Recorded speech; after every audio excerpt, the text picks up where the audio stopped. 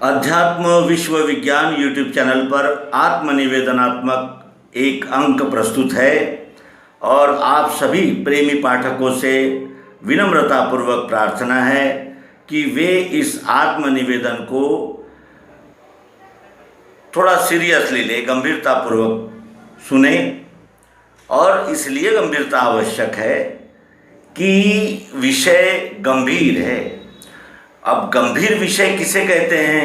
लोग कहते हैं एक्सीडेंट हो गया वो गंभीर है, कहीं कत्ल हो गया वो गंभीर है। लेकिन अगर हमारा पूरा जीवन ही व्यर्थ चला जाए तो कितनी गंभीर बात है, क्योंकि जीवन अनमोल है। इसका अंदाज़ा हमें इसलिए होना चाहिए कि पेड़ और जिसे कहते हैं कि पक्षी और जलचर, यानी ये चारों खानियाँ जो है ये भी जीव ही है। पेड़ की डाल तोड़ने पर पेड़ कुछ नहीं कहता। मुर्गी को काट देते हैं वो कुछ नहीं कहती, गाय भैंस को काट देते हो वो भी कुछ नहीं कहती, लेकिन मनुष्य कहता है क्योंकि उससे वैखरी वाणी मिली है। यानी कहने का आशय यह है कि जीवित तो सभी है, लेकिन ये मनुष्य शरीर जो हमें मिला है वो ईश्वर की परम कृपा जानकर हमने अब भी जागना चाहिए।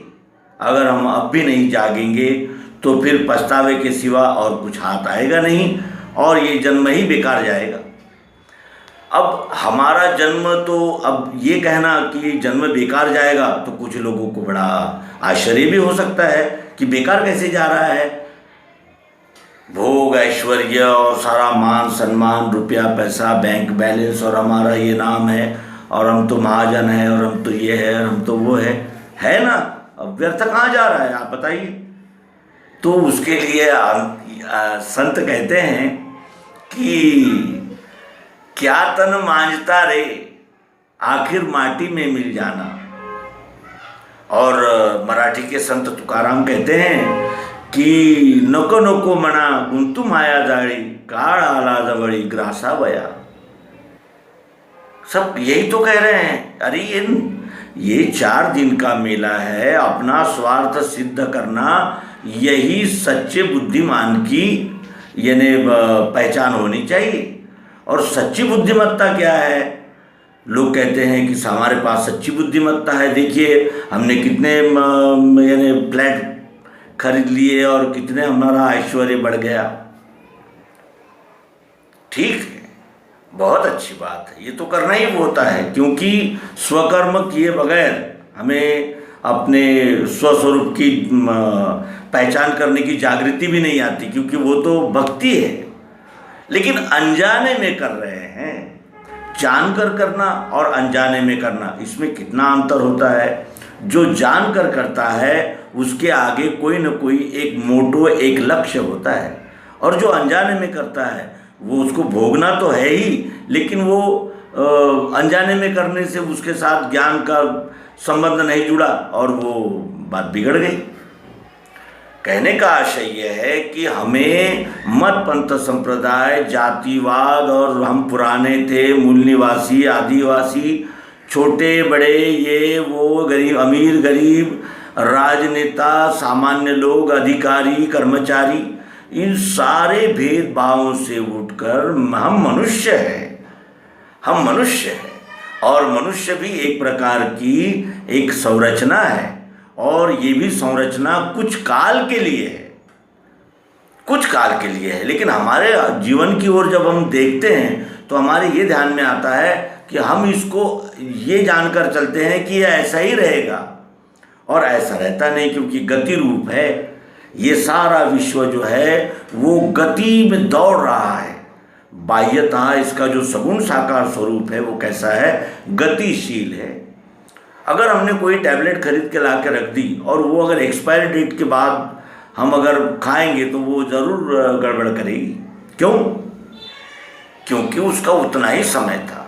कोई भी बात यहाँ आकार धारण करने वाले को रूपांतरित होना ही पड़ता है। यह इस विश्व का यानी जिसे कहते हैं कि अकाट्य नियम है, कानून है। इसकी रचना ही है।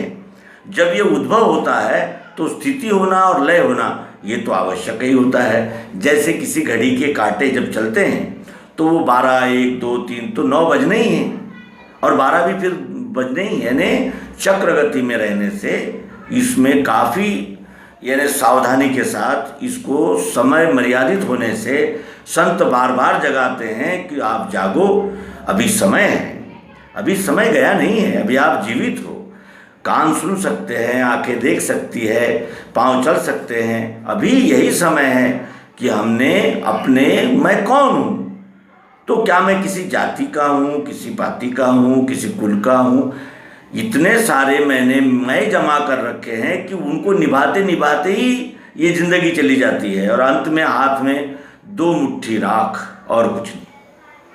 कभी ये नहीं सोचा कि ये सारी उपाधियां लगने के पहले मैं कौन हूँ, मूल रूप से मैं कौन हूँ, और ये उपाधियां कब तक मेरे साथ रहेगी और इन उपाधियों का लाभ केवल मुझे कैसे कैसे मिल सकता है और कहाँ तक मिलेगा, उसके आगे क्या, उसके आगे क्या।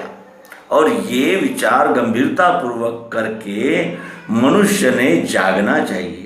और जागना चाहिए तो इस जागने के लिए न कोई धन लगता है, न कोई प्रॉपर्टी लगती है, न कुछ भी नहीं लगता, केवल जागना होता है। इन सारे कोलाहलों से हमें चारों ओर से बांध रखा है, कारागृह में डाल दिया है। हमारे विचार, मत, पंथ, संप्रदाय, अनेक प्रकार के अंधविश्वास, मानिंदियाँ और जिसे कहते हैं कि आधुनिक जो विचारधारा है वो चार्वाक पद्धति की विचारधारा, इन पर थोड़ा अंकुश लगाना होगा।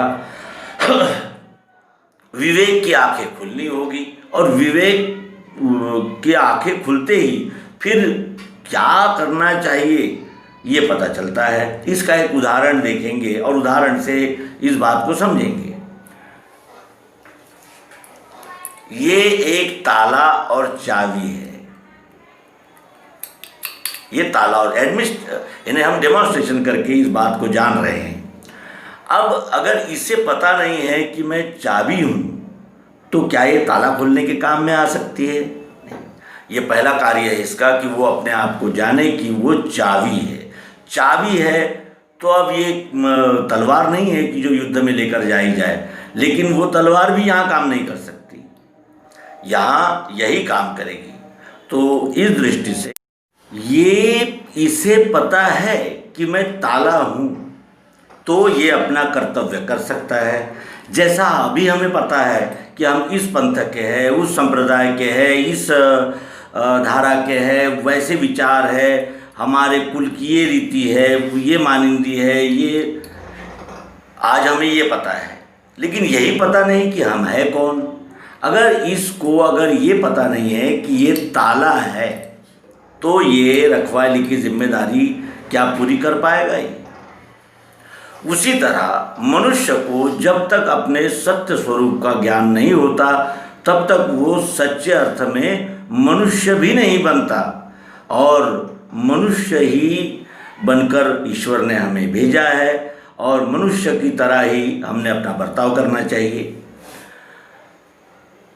पहले हमें मनुष्य अर्थात इंसान बनना चाहिए और फिर हम जो चाहे वो मजहब, हम जो चाहे वो पंथ, संप्रदाय, विचारधारा अंगीकार कर सकते हैं।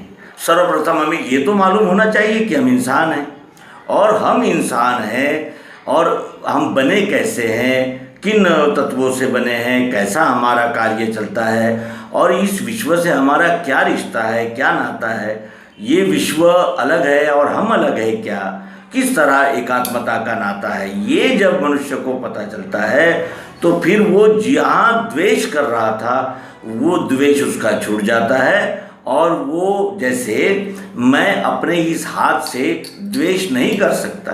क्यों? क्योंकि जब इसको पीड़ा होगी तो मुझे होगी।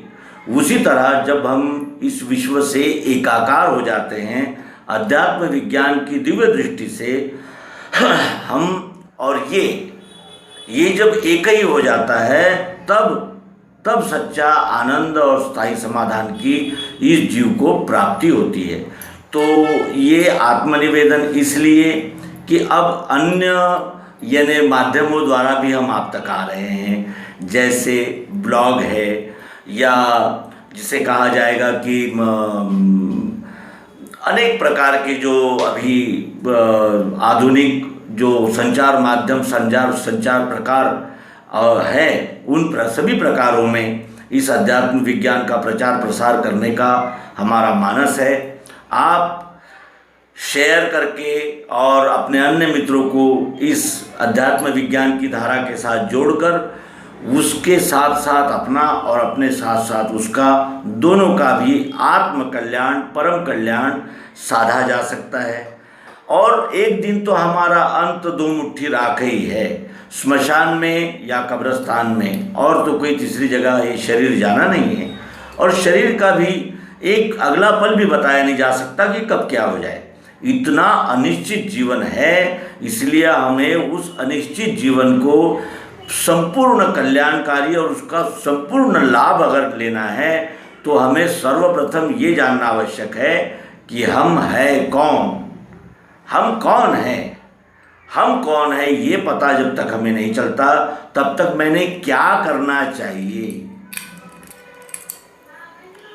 जब तक मैं कौन हूँ ये पता नहीं चलता तब तक क्या करना चाहिए इसकी जागृति नहीं आती, यानी इसको अपने कर्तव्य की जानिव नहीं आती। और कर्तव्य की जानिव आए बगैर न स्वार्थ हो सकता है न परमार्थ हो सकता है। इसलिए स्वार्थ और परमार्थ दोनों को एक ही समय में साध्य करने की ये सद्गुरु युक्ति जन जन तक पहुंचाने के लिए हम अन्य माध्यमों से भी आपसे मिलने आ रहे हैं। आप सब्सक्राइब और शेयर करके इस विद्या के साथ जुड़ सकते हैं। हम भी आनंद लें, औरों को भी आनंद दें। 4 दिन की कहानी तेरी हाय रे हाय, गम की निशानी तेरी, छोटी सी ये जिंदगानी रे, 4 दिन की कहानी तेरी हाय रे हाय, गम की निशानी तेरी।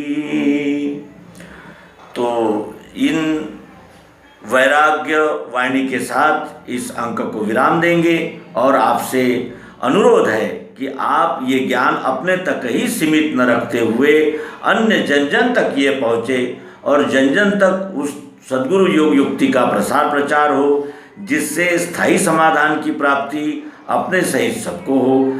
इस प्रयास में सदैव हमने भी रत रहना चाहिए और पहले तो स्वयं ही जागृत होना चाहिए, स्वयं ही इस विद्या को जानना चाहिए। और ये विद्या प्राकृतिक है, इससे कोई इनकार नहीं कर सकता। इसका कोई संप्रदाय नहीं है, पंथ नहीं है, इसका कहीं कोई बाउंडिंग नहीं है, ये मानना ही होगा ऐसा भी नहीं है। फिर इसमें नहीं ईसा जैन हिंदू इस्लामी, नहीं दर्शन मत पथ संप्रदाय परिणामी, यह सब नामों का अहंकार धोता है, ईश्वरी धर्म सो विश्वरूप होता है। ईश्वरी धर्म सो विश्वरूप होता है, ये विश्वरूप ही धर्म है। और विश्वरूप ये धर्म ऐसा है कि जिसमें सभी मतों पंथों संप्रदायों विचारधाराओं का समन्वय होता है, क्योंकि वो सबका एक है। जो सबका है वही तो सबके विषय में यानी चिंता करेगा और सबके विषय में यानी उसी के अंग होने से। तो इस प्रकार पुनः पुनः प्रार्थना है कि आप सभी इस महायात्रा पर मिलजुल कर चलेंगे और कोई यहाँ गिरा कोई वहाँ गिरा, धीरे धीरे हम बिछड़ते चले जाएंगे और बिछड़ भी जाएंगे तो कबीरदास जी का ये कहना और यह उक्ति सार्थ कर जाएंगे कि कबीरा जब हम पैदा हुए जग हंसे हम रोए, और ऐसी करनी कर चले हम हंसे जग रोए। और ये तभी हो सकता है जब हम अपने स्वस्वरूप को जानें। तो आइए चलते हैं इस अध्यात्म विज्ञान की महायात्रा पर। नर्मदे।